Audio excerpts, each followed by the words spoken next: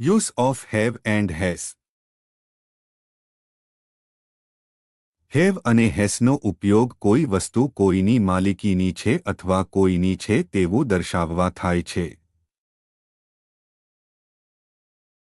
have અને hasનો અર્થને હોવું એવો થાય છે.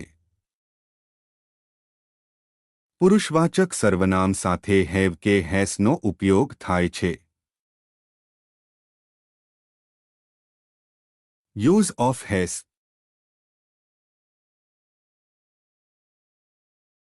he, she, it સાથે hasનો ઉપયોગ થાય છે.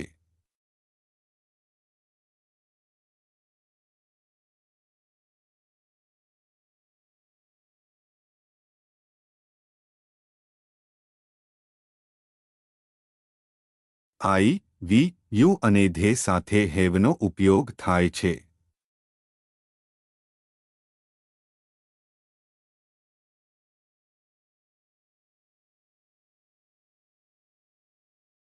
I have a new car એટલે કે મારી પાસે નવી ગાડી છે.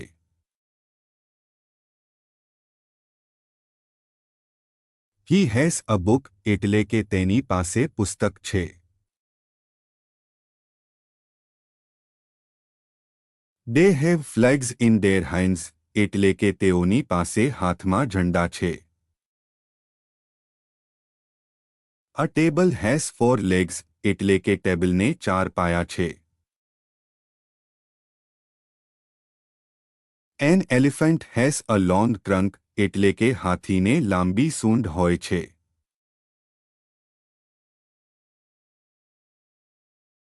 જો કોઈ એક વ્યક્તિ કે વસ્તુનો ઉલ્લેખ થયો હોય તો has વપરાય છે. જ્યારે એકથી વધુ વ્યક્તિ કે વસ્તુનો ઉલ્લેખ થયો હોય તો have વપરાય છે. એકવચનમાં સામાન્ય નામ સાથે has અને બહુવચનમાં સામાન્ય નામ સાથે have વપરાય છે.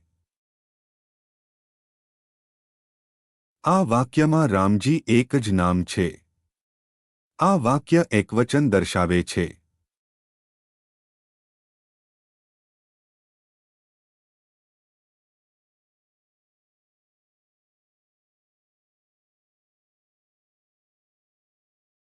આ વાક્યમાં એકથી વધુ નામ છે.